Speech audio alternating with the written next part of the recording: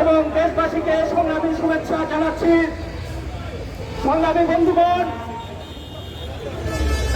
আওয়ামী ফ্যাসিবাদী সরকারের সময় আমাদের দাবি ছিল বিদেশিদের সাথে যে চুক্তিগুলো করা হবে সেই চুক্তি জনসম্মুখে উন্মোচন করতে হবে, সংসদে আলোচনা করতে হবে এবং দেশ বিরোধী চুক্তি সেই চুক্তি বাতিল করতে হবে। আওয়ামী ফ্যাসিবাদী সরকার দেশের স্বার্থ জলাঞ্জলি দিয়ে একের পর এক দেশ বিরোধী চুক্তি করেছে।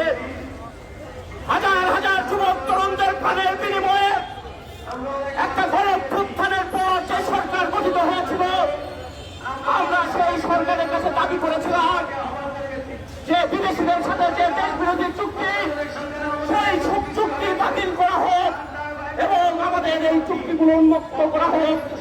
অন্তর্বর্তীকালীন সরকার সেটা করে নাই, শুধুমাত্র সেটা করে নাই এটা নয়, আমাদের চট্টগ্রামের বন্দর বিদেশি কোম্পানিগুলোকে ইজারা দেওয়া হয়েছে এবং নির্বাচনের মাত্র 3 দিন আগে আমাদের দেশের স্বার্থকে বিকিয়ে দিয়ে আমেরিকার সাথে এই বাণিজ্য চুক্তি করা হয়েছে। আমেরিকা কি সেটা আমাদের বলার অপেক্ষা ছিল?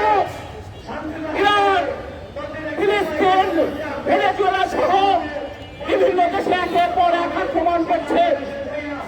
বাণিজ্য অবরোধ আরোপ করে লক্ষ লক্ষ কোটি কোটি মানুষকে একটা মানবতার জীবনের দিকে ঠেলে দিয়েছে এবং সারা বিশ্বে আজকে তারা একটা কার্যক্রিয়া চালাচ্ছে। সেই আমেরিকার সাথে এই ধরনের একটা নতজানু এবং তাবেদারি চুক্তি আমরা মনে করি সেটা আমাদের দেশের জন্য ভয়াবহ বিপর্যয় হবে। আমাদের দেশের সার্বভৌমত্ব, কৃষি, শিল্প সমস্ত কিছুকে ধ্বংস করার আয়োজন এই চুক্তির মাধ্যমে হবে। আমাদের দেশ কার সাথে বাণিজ্য করবে, আমাদের দেশ কোন দেশ থেকে পণ্য করবে, আমাদের দেশের চাহিদা কতটুকু সেটা তো বাংলাদেশের জনগণেরই নির্ধারণ করার কথা। অথচ এই চুক্তি করার মধ্যে দিয়ে এই সমস্ত কিছু একটা দ্বিপাক্ষিক চুক্তির মধ্যে দিয়ে আমেরিকার কাছে সেখানে আমরা কি করবো না সেটা নির্ধারিত হবে। আমাদের দেশের ব্যবসায়ীরা যখন শুল্ক আরোপ করেছিল আমেরিকা, তখন তারা একটা সমঝোতার জন্য এই চুক্তি করেছিল। অল্প কিছু ব্যবসায়ীদের সাথে চুক্তি করা হয়েছিল। মার্কিন যুক্তরাষ্ট্র আপনারা জানেন যে আমেরিকাকে শুল্ক আরোপের যে নীতি, সেই নীতিকে সুপ্রিম কোর্টে অবৈধ ঘোষণা করেছে। যে নীতিকে সুপ্রিম কোর্টের আমেরিকার সুপ্রিম কোর্ট অবৈধ ঘোষণা করেছে, সেই আমেরিকার শুল্ক নীতিকে বাংলাদেশ স্বাক্ষর করতে পারে না। আমরা এই বিষয় নিয়ে সংসদে আলোচনা হোক, এটাই আমাদের ছিল, এটাই আমাদের চাওয়া ছিল যে ক্লাসগুলো বাংলাদেশের স্বার্থ বিরোধী সেই বিষয়ে আপত্তি জানানো হোক।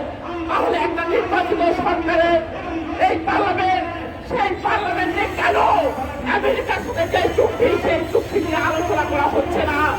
এই চুক্তি কেন যে নির্বাচনের আগে 3 দিন আগে যখন সম্মতি দিল সেই সময় নিরাপত্তা উপদেষ্টা এখন যে পররাষ্ট্র মন্ত্রী হয়েছে খলিলুর রহমান বলেছে জামাত এবং বিএনপির সম্মতি আছে।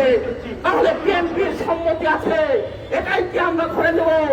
ওই যে প্রধানমন্ত্রী উপদেষ্টা জাহিদুর রহমান বলেছে যে এই চুক্তি বাতিল করা যাবে না। কেন যাবে না? দেশ বিরোধী যদি হয়, জনগণের স্বার্থের বিরুদ্ধে যদি হয়, তাহলে সেই চুক্তি কেন বাতিল করা যাবে না? বন্ধুগণ, ফলে আজকে আমরা আমাদের স্পিকারকে স্মারকলিপি দিচ্ছি এই জায়গা থেকেই যে আপনারা সংসদে আলোচনা করুন এবং যে চুক্তিতে আমাদের আপত্তি করার কথা, আমাদের দেশের স্বার্থ বিরোধী সেই চুক্তিগুলোর ব্যাপারে আপত্তি তুলে ধরা হোক। এটাই আমাদের চাওয়া। এই চাওয়া থেকে আমরা স্মারকলিপি দিচ্ছি। এই দাবি যদি বাস্তবায়ন না করা হয়, তাহলে অবশ্যই বাংলাদেশের জনগণ, যে জনগণ অভ্যুত্থান করেছে, বারে বারে সাম্রাজ্যবাদের বিরুদ্ধে দাঁড়িয়েছে, যাদের রক্তে মৌলানা ভাসানীর রক্ত আছে, সেই উত্তরসূরিরা কখনো মার্কিন সাম্রাজ্যবাদের যে তাবেদারি, সেই তাবেদারি মেনে নেবে না। সেই লড়াই আমাদের চলবে। সেই লড়াইয়ের আহ্বান জানিয়ে আমি আমার কথা এখানে শেষ করতে ধন্যবাদ।